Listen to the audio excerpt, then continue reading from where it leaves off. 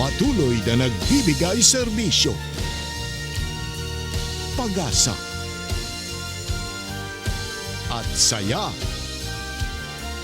GMA Regional TV. Kapuso ng bawat Pilipino.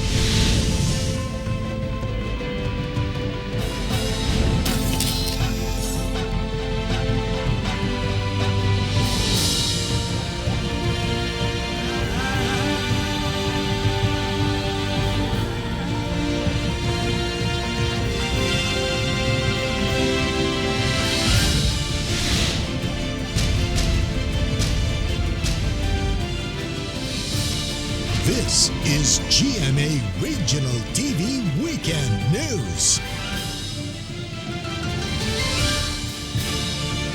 Good evening.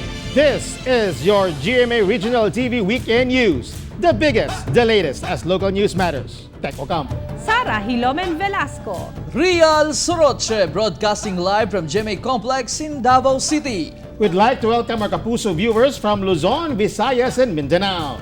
Tonight, we will be joined by GMA Regional TV correspondents Jasmine Gabriel Galban of Balitang Amyanan, Cyril Chavez of One Mindanao, and Alan Domingo of Balitang Bisdak. You know, Tech and Real, what a week it has been. Our regional stations have gathered not just significant news stories, but local news that matter to our Kapuso viewers. That's right, Sarah. We also have our counterparts from other regions. Rain Palino of GMA Regional TV Bicol and John Sala of One Western Visayas. For the headlines. Total confirmed COVID-19 cases in the Philippines reaches 34,803. Recoveries now at 9,430 and 1,236 deaths. COVID-19 overseer for Central Visayas Roy Simato is working double time to contain increasing number of cases in Cebu City. LGUs near Mount Canlaon and Negros Occidental prepare for possible eruption. And school teacher helps students enroll online despite difficulties in a remote upland barangay.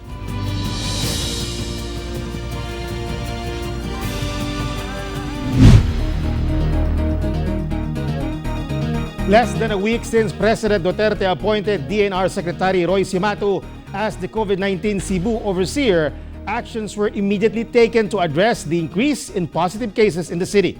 We have Alan Domingo of GMA Regional TV Balitang Bisdak. Alan?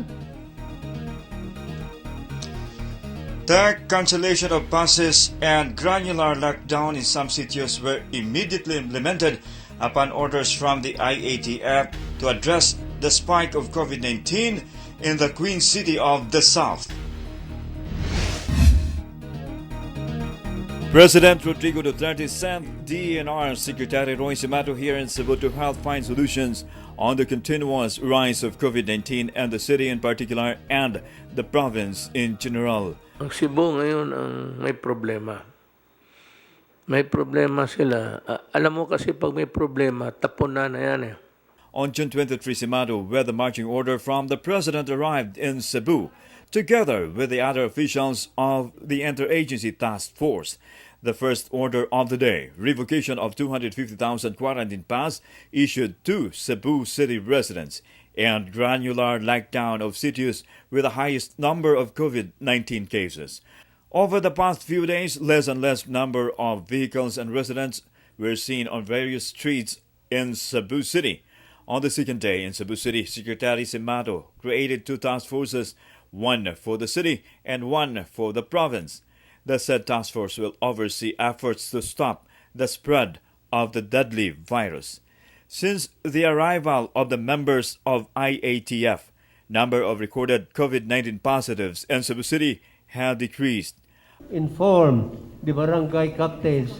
Part of our new method of lockdown will be the barangay lockdown. Aware of the need for residents to go out to buy necessities, new quarantine passes will be released today. One member of each of the 170,000 households in the city will be given the quarantine pass. Probably 99,000 households. There were more than 200,000 quarantine pass that were issued. So probably there should be a correction on this. That's all. In the first ECQ, there was not a very strategic and selective issuance. Each quarantine pass can be used from 6 a.m. to 8 p.m. by one of host name appears only on the pass. PNP Augmentation Force from Region 6 and 8 and the 115 members of the Special Action Force have arrived in Cebu City to help in the quarantine patrol. In Talisay City, a one entrance, one exit policy was implemented starting yesterday, June 26. All motorists will have to take the Cebu South Coastal Road in going to Cebu South and vice versa. Datong situation sa una, when we were still in an ECQ, is just more or less the same now, where rush hours or traffic congestion is normally recorded at hapon, buntag. In MANDAUE City, where the COVID-19 cases is now over 500, the City Council has proposed an anti-speeding ordinance. The MANDAUE City Council earlier passed an ordinance requiring the mandatory wearing of masks.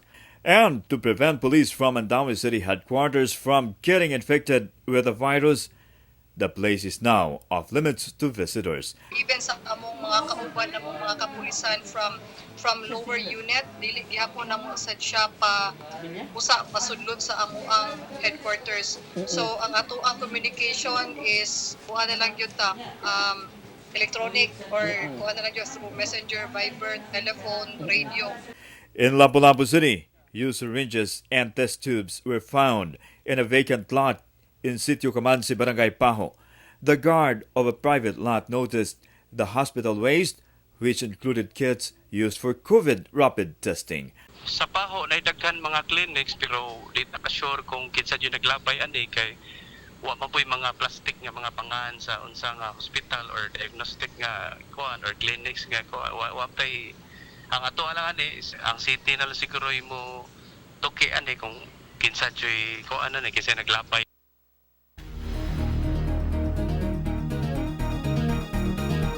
The head of the Joint Task Force Coronavirus Shield, Police Major General Guillermo Illasar, is now in Cebu City to supervise the members of the SAP in augmenting the implementation of quarantine protocols. Thank you, Alan Domingo.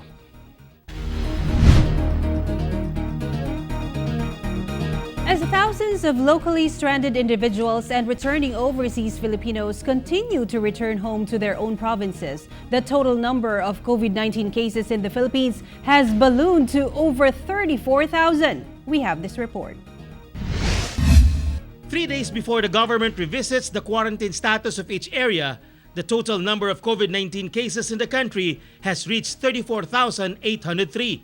The death toll is now at 1,236. While 9,430 have recovered. In North Central Luzon, there are 1,017 COVID-19 confirmed cases with 85 deaths and 713 recoveries.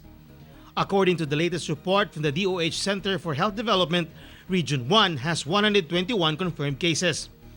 Region 3 or Central Luzon now has 785 COVID-19 cases, while 111 confirmed cases are recorded in the Cordillera region.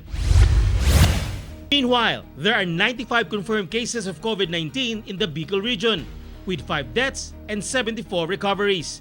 68 of the confirmed cases are from Albay, 18 in Camarines Sur, 4 in Camarines Norte, 1 in Sorsogon, and 4 in Catanduanes.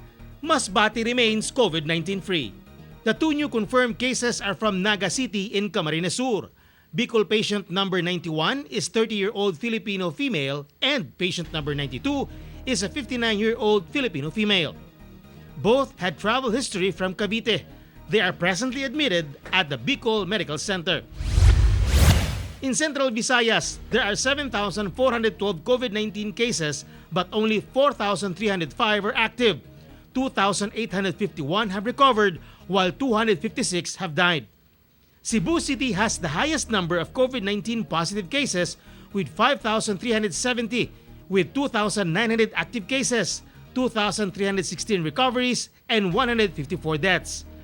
Mandaue has 684 positive cases, 448 are active, 221 have recovered, and 15 have died. LAPU-LAPU City has 421 positive patients, of whom 294 are active, 108 have recovered, and 10 have died. Cebu Province, including Talisay City, has 879 cases with 631 classified as active. 65 died, while 183 have recovered. Negros Oriental has 28 cases with 16 recoveries and 2 deaths. Bohol with 30 cases with 7 recoveries and 1 death, while Siquijor remains COVID-free.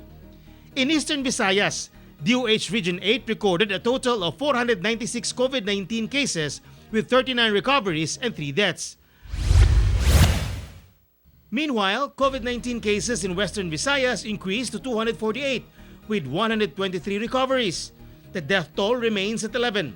Aklan has 6 confirmed cases, 14 in Antique, 6 in Capiz, 23 in Iloilo Province, and 3 in Negros Occidental. Guimaras is still COVID-free.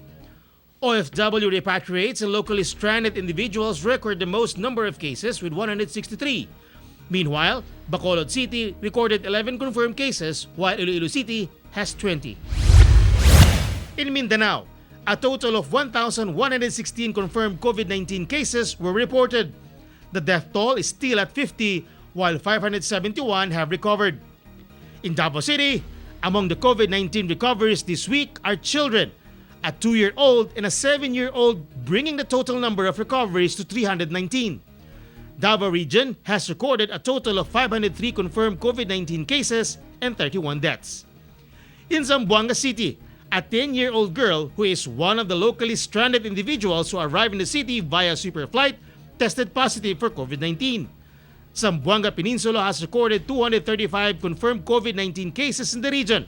The death toll is still at 5 with 172 recoveries.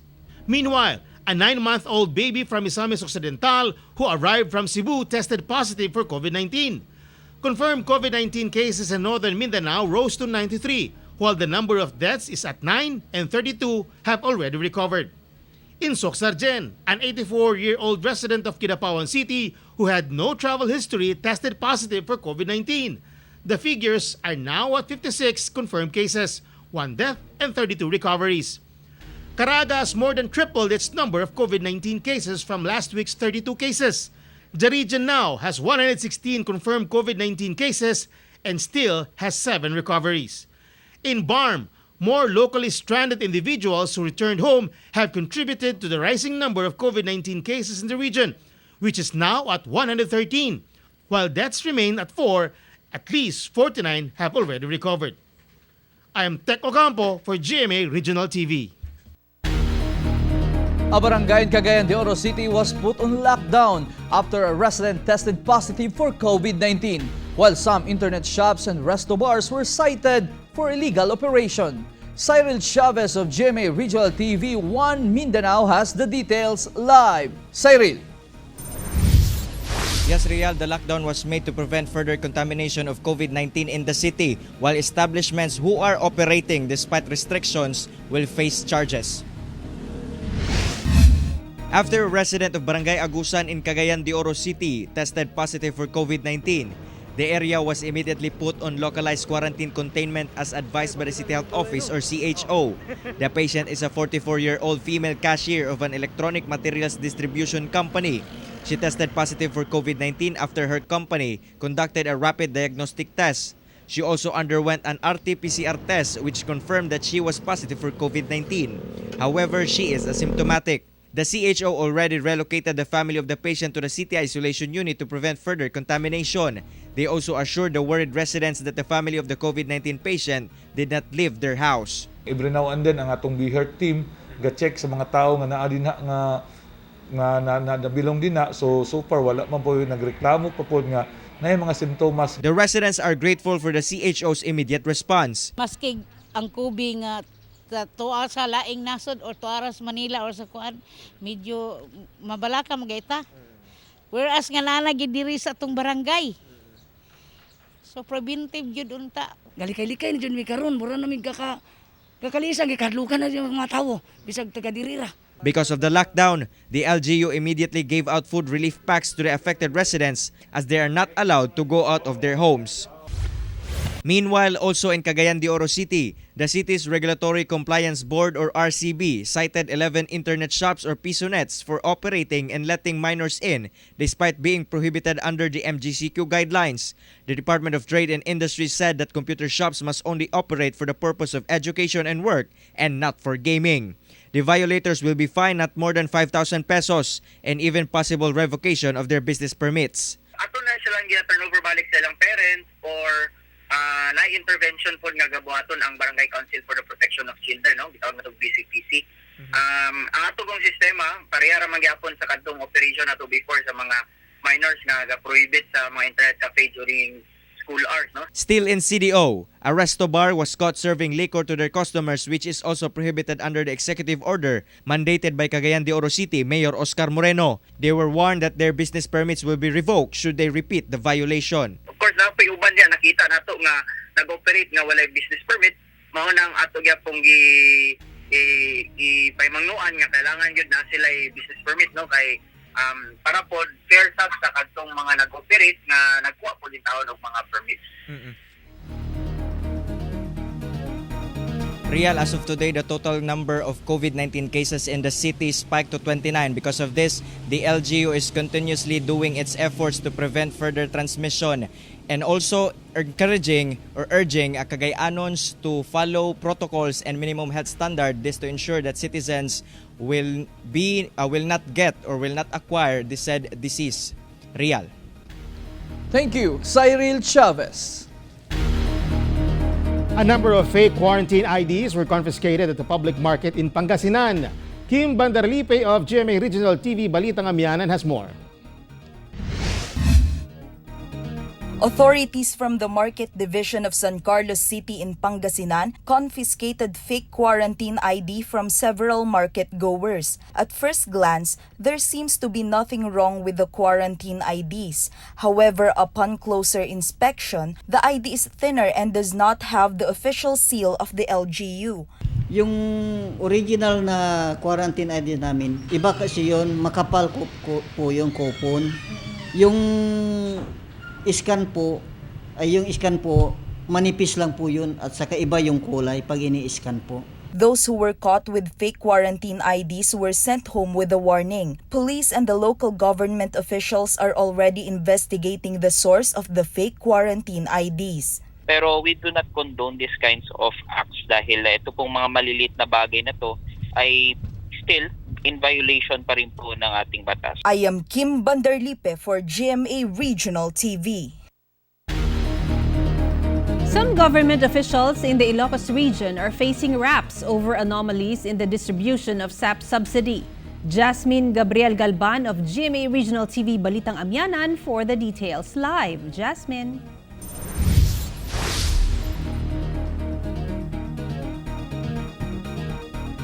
Sara, 6 government officials in Ilocos region are facing administrative charges for anomalies in distribution of cash aid under the Social Amelioration Program. Department of the Interior and Local Government filed administrative cases against 3 barangay chairmen, 2 barangay councilors, and 1 municipal councilor in Region 1. Many of the beneficiaries who received cash assistance were allegedly relatives of these barangay officials. Dapat walang anomalya ito sa distribution kasi nga dapat ito talaga yung makarating doon sa mga concern. The DILG expects that this will serve as a warning to local officials with the second tranche scheduled in Pangasinan. Meanwhile, 2 municipal mayors in Region 1 already received a show cause order from the DILG to explain their poor performance in the distribution of emergency subsidy under the Social Amelioration Program.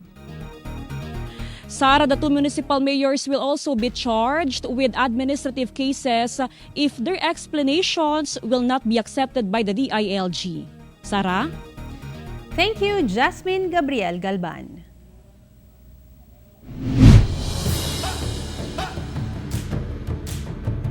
Canlaon volcano in Negros Occidental remains at alert level 1.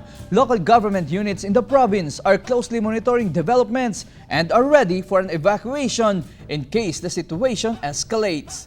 Adrian Prietos of GMA Regional TV 1 Western Visayas tells us more. Following a magnitude 4.6 earthquake last Monday in La Carlota City, LGUs situated within the permanent danger zone have been advised to closely monitor the volcanic activities of Mount Canlaon. In an emergency meeting, La Carlota City Mayor Rex Salandoon tapped the LGU's lead agencies to spearhead the execution of the city's evacuation and rescue plan in case the situation becomes dire. I thought everything is in place na. Actually, yung finer details wala pa. Okay. No, for example, CR's evacuation center, that's sa papel. Pero who will take care of that is wala pa more or less. So that ang finer details na lang gina-identify namon. Based on the DOSC FIVOC's Canlaon Volcano Observatory's pyroclastic map, 5 villages in La Carlota City will be greatly affected in case of an eruption. This includes Barangay San Miguel, Hagimit, La Granja, Yubo, and Araal, all part of the 8, 6, and 4-kilometer permanent danger zones. Local authorities have advised residents to be alert and cooperative. Based on national guidelines, forced evacuation can only be imposed during an alert level 4 declaration. Meanwhile, residents express different views about leaving their homes. Lolo Herme thinks of Canlaon as a friend and should not be associated with fear and tension. Pero dira sa amon komparte sa kanya hindi kalay sa idalom sa mataas nga bungyo daway problema. Other residents are willing to cooperate in case of evacuation. Pero siling nga nakulbaan kami nga kung malakat kami, wala kay naanad man kami mo. Kay siling ko no nila, sir, ning pusod ko no sang kalibutan na ang Canlaon, ti.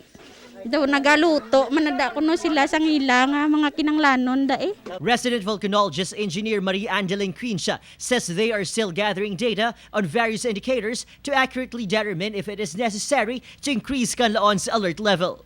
In case nga ang tanan nga parameters may increase kita nga nakita, we would increase the alert level. Oo, kasi those are indications na nga may magma nga naga-rise sa Canlaon nga surface.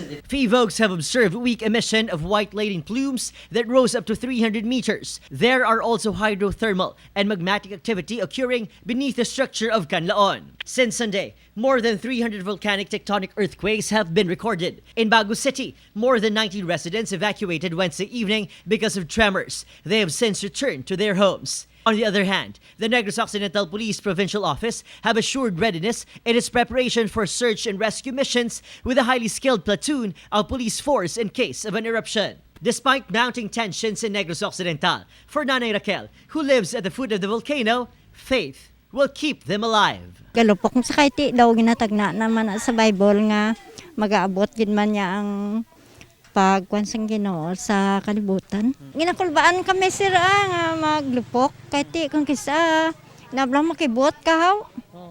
Pero ti ginapangibabaw namon nga salig nang namon sa Ginoo. Together with cameraman Reynald Castillo, I'm Adrian Prietos for GMA Regional TV. Some members of the LGBTQ+ community in Cebu flexed their makeup skills in a unique online contest. Marie Dumabok of GMA Regional TV Balitang Bisdak with this report. The event industry was greatly affected by the COVID-19 pandemic. Makeup artists, mostly members of the LGBTQ+ community, lost their means of earning a living. And among those affected are 2 known makeup artists in Cebu, Jana Fernan and Kayla Sandoval. The 2 who used to join online makeup contests initiated their own unique online contest dubbed as Miss Cosmetic Queen 2020. Participants have to flex their makeup skills in 4 categories: the face mask, ayuda, fantasy, and Halloween challenges. Other makeup artists from Luzon and some parts of the Visayas and Mindanao joined the contest. Nangita ko kay bangon sa mga pagtabang sa kwanwe sa mga LGBT labi na mga makeup artist kay since I am the diwata sa Sugbo, nangita jud ko paagi nga palingaw ko makapagita ko paagi nga kung saan ako pag-help. Nangita mi kuwi nga kung asa mi dapit maka-earn ba kay zero man gyud ang makeup so. The unique makeup online contest was also organized to celebrate Pride Month. Both Fernan and Sandoval also assisted in the repacking and distribution of relief goods. Wala mi give up bisag na atubang ta sa talisod karon sa crisis ani nga pandemic pero fight gapon mi mga LGBT as in fighter kay mi mangita jud mi paagi para lang jud mabuhi. Agi karon nga kalisod stay colorful gapon mi like pare ani nga happy gapon mi sa among gibuhat like kaning mo support me maghatag mig mga utabang migatag og food. Together with cameraman Cleo Lumayag, I am Marie Dumabok for GMA Regional TV.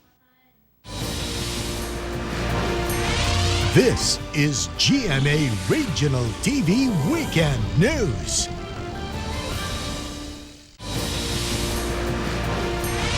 This is GMA Regional TV Weekend News. More than 100 locally stranded individuals arrived in Bicol via train. Rain Palino of GMA Regional TV Bicol has the details live. Rain?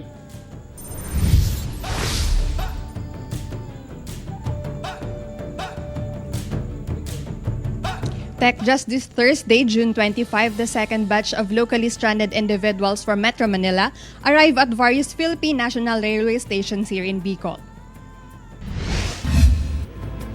Through the government's Hatid Probinsya program, 117 locally stranded individuals or LSIs from Manila arrive at PNR's Tagay Station, Libmanan Station, Naga City, Iriga City, and Ligao Station in Albay.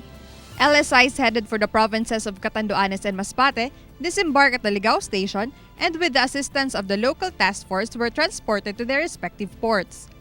The PNR train left Manila yesterday morning and arrived in Naga Station around 7 o'clock in the evening. All returning individuals bearing necessary documents were screened by the receiving LGUs. In Naga City, 6 LSIs were received and tested at the Jesse M. Robredo Coliseum. Although results of their rapid test are negative, they are still required to observe a 14-day home quarantine. Matapos ma-check yung kanilang mga dokumento, ay pinasa ilalim sila sa rapid testing. Negative, pinayagan na tumuloy sa kanilang kanya-kanyang bahay. Yung iba meron, yung iba wala. Nawalan ng trabaho dahil sa pangyayari ngayon sa COVID-19, lalong-lalo na sa Metro Manila. Presently, Naga City has 2 active COVID-19 cases.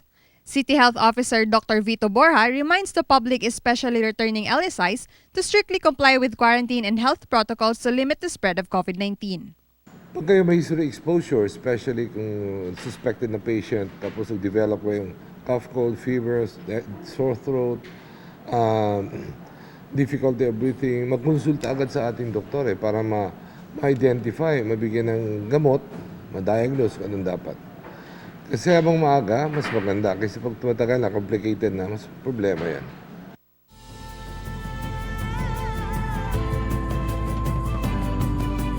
Tech, the third batch of Hatid Probinsya via PNR was temporarily suspended today. Meanwhile, LGU Naga continues to prepare for the arrival of more LSIs next week. Tech? Thank you, Rain Palino. As locally stranded individuals return home to their respective provinces in Western Visayas, some quarantine protocol violations were recorded.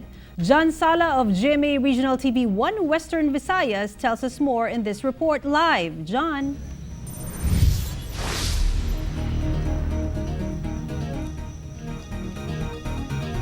Sara, locally stranded individuals and repatriated overseas Filipino workers make up more than half of the COVID-19 cases in Western Visayas. To make things worse, other LSIs and ROFs are breaking quarantine protocols, which prompt local government units to file charges against them and to intensify their quarantine measures. Locally stranded individuals and repatriated overseas Filipino workers registered as the most number of COVID-19 cases in Region 6. As of the latest case bulletin of the Department of Health Western Visayas, 163 of the 246 cases in the region are OFWs and LSIs. Since similar trends were also observed in other provinces in the country, the Interagency Task Force decided to suspend the Balik Probinsya program in order to institute better testing protocols to ensure that LSIs and OFWs are free of the virus prior to repatriation. Kita taman diri sa data sa aton sa Western Visayas na nag-increase ang aton nga mga positives tungod din sa mga LSI, no? Hindi gid gani sa mga OFWs nga nagabot kundi LSI. LSIs that arrive at the port of Iloilo City aboard a ship Sunday morning were temporarily denied entry to the city due to a travel ban to and from Cebu. After more than 24 hours in the ship, passengers were allowed to disembark Monday after it was determined that the ship departed from Cebu a few hours before the travel ban was imposed. Nagabot ang directive from national although wala pa ka-issue ang region pero sa may approval na sa kuan sa the central office nila is in two separate incidents in Iloilo City, locally stranded individuals broke quarantine protocols. Reports alleged that these LSIs participated in social events, joined drinking sessions, and even went out to get a manicure. A disappointed Iloilo City Mayor Jerry Treñas ordered the filing of appropriate cases against the violators. Due to these incidents, the Iloilo City LGU decided to abandon using the unreliable rapid tests and will now subject suspected and probable cases to more reliable RT-PCR tests. All LSIs and OFWs will no longer be allowed to opt for home quarantine. Instead, they will be required to undergo facility quarantine. Isang nagligad pa nga si Mana nagpagawa na ko tubala sa memorandum para sa mga bihar kag sa barangay. Kaya ano pa sa tanan nga LSI sa barangay gidman, no? In Leganes, Iloilo, a repatriated overseas Filipino worker was charged with resistance and disobedience to authority, violation of the Mandatory Reporting of Notifiable Diseases and Health Events of Public Health Concern Act, and the Bayanihan to Heal as One Act after she escaped from the quarantine facility of the town to go home to her family. Pangay ito sa cooperation because it is for the protection of their families also. Pero may kung ginaliwat-liwat nga ang kung stricto gani kita sa aton nga OFWs LSIs, ang una naton ginaproteksyonan ng ila pamilya. Meanwhile, 201 BFP personnel who were exposed to a female fire officer from Cebu who violated quarantine protocols to join a despedida party in Boracay but was later found positive of COVID-19 were subjected to RT-PCR tests. So far, 196 of them tested negative, while the results of the remaining 5 BFP personnel are still pending.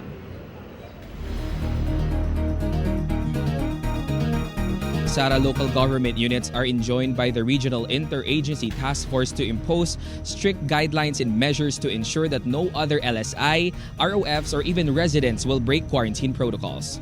Sarah? Thank you, John Sala.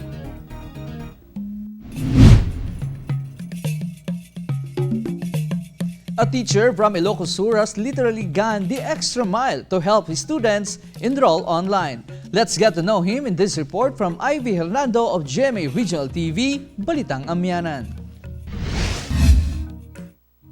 In the farthest reaches of Narvacan, Ilocos Sur, in Barangay Cadacat, a high school teacher was praised for his efforts to enroll his students at Narvacan National Central High School. Since June 1, math teacher Efren Kabutahe would trek up a mountain just to look for a cell signal to be able to enroll online his 45 students.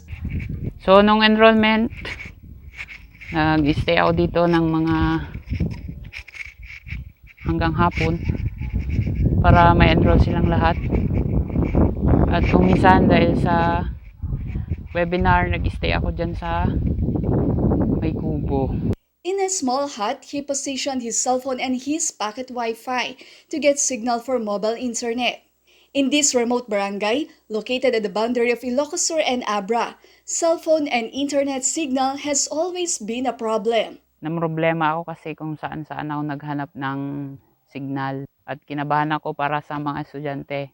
Paano na yung pag-aaral nila at online pa ito? According to Teacher Efren, he printed the enrollment forms for the students to fill out so he can send it via online. He does not blame the Department of Education for the challenges brought about by the online enrollment and teachers' webinar, saying that these are only effects of the pandemic. Sir Efren says he sympathizes with his students because he was once a working student. Mag-aral kayong mabuti. Isipin nyo yung pagod at hirap ng inyong mga magulang para lang mapadala kayo sa paaralan.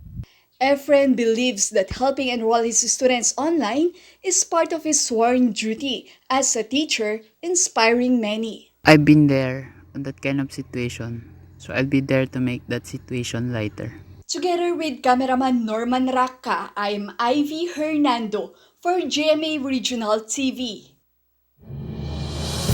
The province of Davao de Oro will soon experience the convenience of free access to the internet as almost 200 Wi-Fi sites are set to be established in the province. As internet connection problems continue to worsen in the far-flung areas of Davao de Oro, the provincial government inked a partnership with the Department of Information and Communications Technology and United Nations Development Program to install 186 Wi-Fi sites in the province. 171 of these will be stationed near schools, while the rest will be installed in the Municipal Hall and Town Plaza. The provincial government has allotted 7 million pesos of its Special Education Fund for the purchase of Wi-Fi modems, transistor radios, and external drives, among others, to help the Department of Education in its blended learning system. DepEd Davao de Oro is grateful for this development, especially now that internet connection is a requirement for their online classes. In these trying times, an ESL teacher showed his passion for education by teaching the children in his community basic English and video editing for free. Let's get to know him in this report from Marie Dumabok of GMA Regional TV Balitang Bisdak. Despite facing some challenges during this pandemic, some individuals stepped up to make life a little bit better. Just like home-based ESL teacher Van Jasper Araneta of Barangay Umapad, Mandaue City. Araneta carves out time to teach the children of his neighborhood basic English and video and music editing for free. Explain the question. Sabi nga, ako sa tingin pa sa sila nga, sa importance sa English in their own lives. To make it easier for his students, Araneta uses video presentations to aid his teaching. There are people dying. If you care enough for a living, make a better place for you and for me. His tireless efforts are very much appreciated by his students.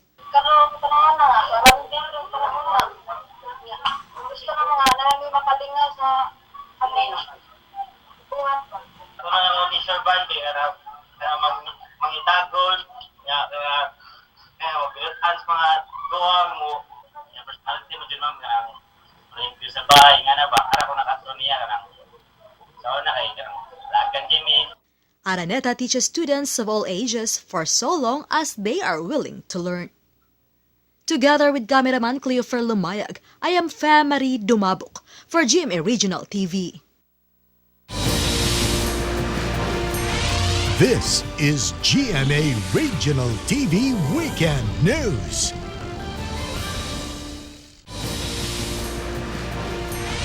This is GMA Regional TV Weekend News. In Lingayen, Pangasinan, at least 30 kilos of double-dead meat were confiscated in one of the town's public market. Joan Ponsoy of GMA Regional TV Balitang Amyanan has the details.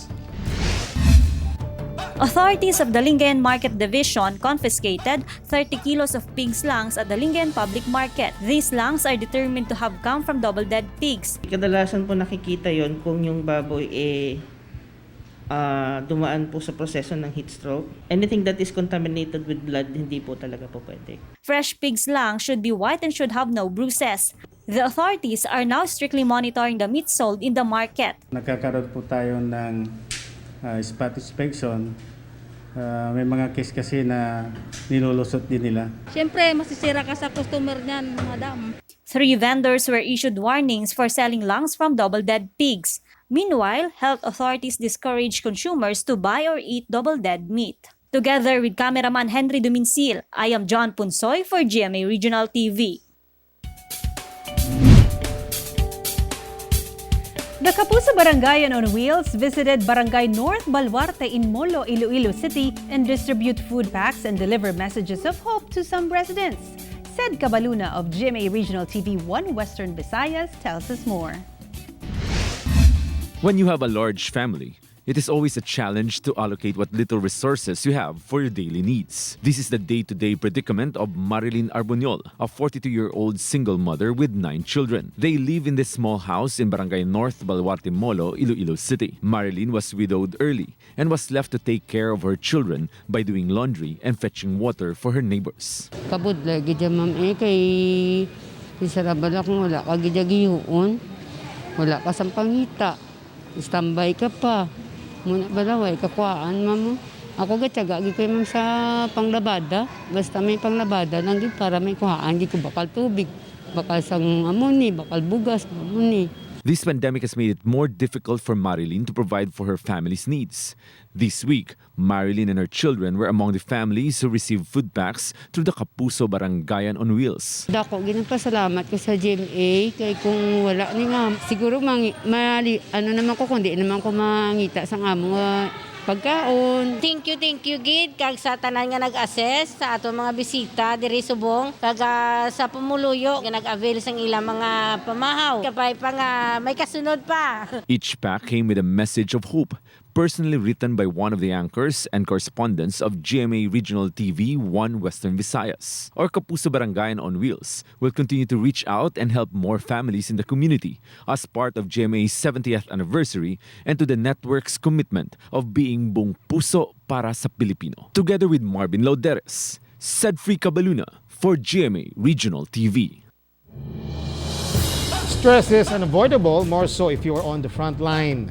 And for this particular frontliner, distressing means taking care of his pets. Not just any ordinary, regular pets, but his exotic pets. Let's get to know him in this report. In this time of crisis, one of the more effective stress relievers is to take care of pets. And for Dennis Olaivar, a frontliner nurse, breaking away from the stress of fighting COVID-19 means taking care of his pets, his exotic pets. He has guinea pigs, a snake, a sugar glider, and lovebirds under his care. And because he is away from his family because of his career, he just pours his heart out to his pets. Wala din siya problema, makakuan siya sa akong stress. Stress reliever yun siya, taga-uli na ako.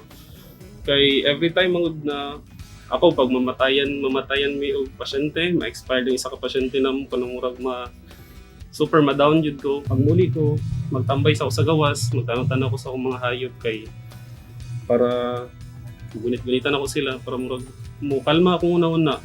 Dennis considers them as part of his family, especially now that they are his only companions, just like these lovebirds. Nakita na ko siya